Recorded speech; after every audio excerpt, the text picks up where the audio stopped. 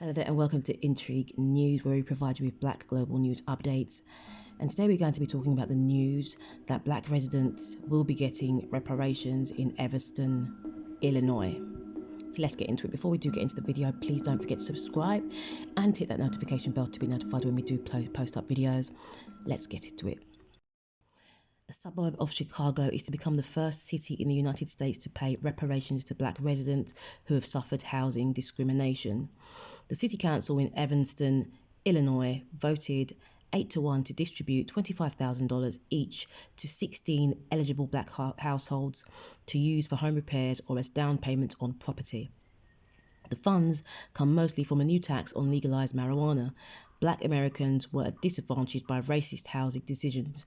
To be eligible, residents must be a Black person who lived in Evanston between 1919 to 1969 or a descendant of such a person. The family must also have been a victim of discrimination in housing because of policies or practices in the city at that time.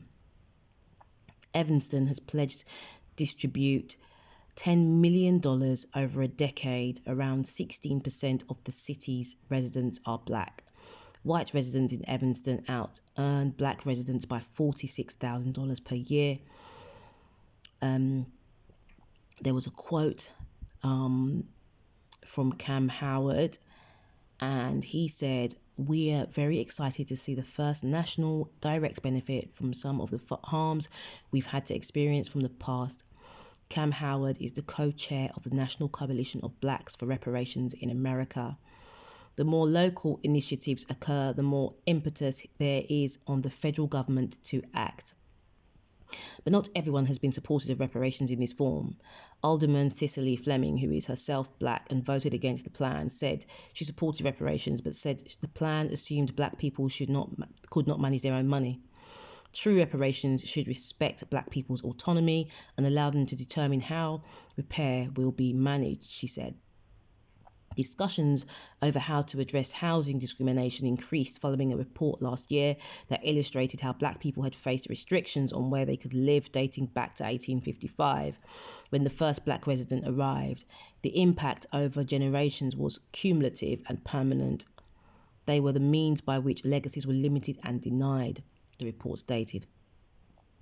A fair housing law was passed in Evanston in 1968, but evidence showed that Black people were steered towards a section of town where they were the majority until 1985. Hundreds of communities across the US are considering reparations to Black people, including the state of California, Iowa City, and Providence, Rhode Island. But there is not a lot of support for such reparations in the United States. A recent Reuters Ipsos survey last year found that just 20% of respondents backed using taxpayer money to pay damages to descendants of enslaved people in the United States. The movement towards some form of reparation for African Americans as a restitution for centuries of slavery and racism accelerated in the wake of the death of George Floyd.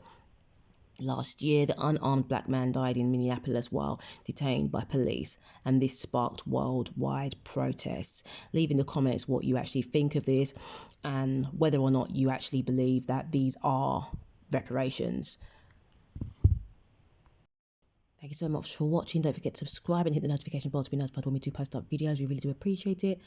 And leave a like, share this content if you think it'll be useful to someone. And we'll see you in the next update. Signing out. Bye-bye.